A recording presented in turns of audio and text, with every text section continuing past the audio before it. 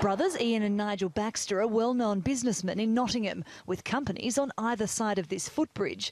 They're clearly very fond of each other, but when it comes to Brexit, they very much head in opposite directions.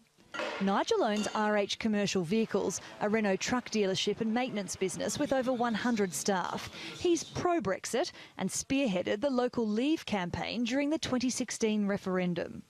My principles basically are in that Britain should be, like any other country, as most countries are in the world, a sovereign state. It should be reliant on its own parliament, its own government, its own laws, and I think that was slipping away from us with the EU. We were in danger of becoming a branch office of a large organisation.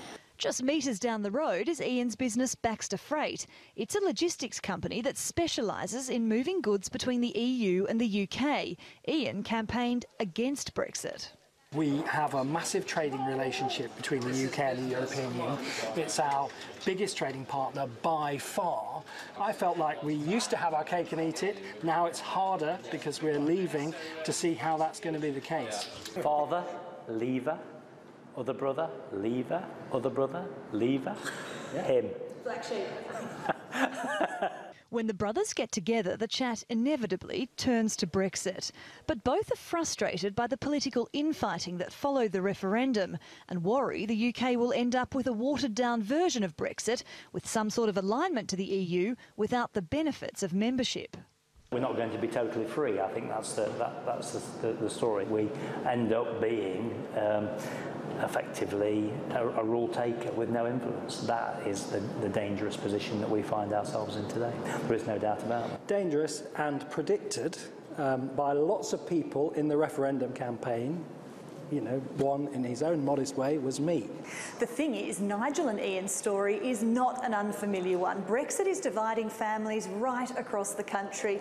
Often, but not always, it's the older generation that wants out of Europe and the younger that wants to stay in. But the split can also be found in workplaces, among colleagues, and also at parties among friends. In the 2016 referendum, the UK was a nation split almost in half, with 52% voting to leave the EU and 48% to remain in it.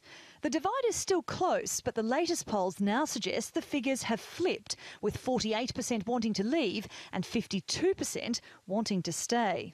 It's legitimate to have different views about this. It's clearly a divisive subject, but what we shouldn't do is allow it to rip apart our country in the meantime.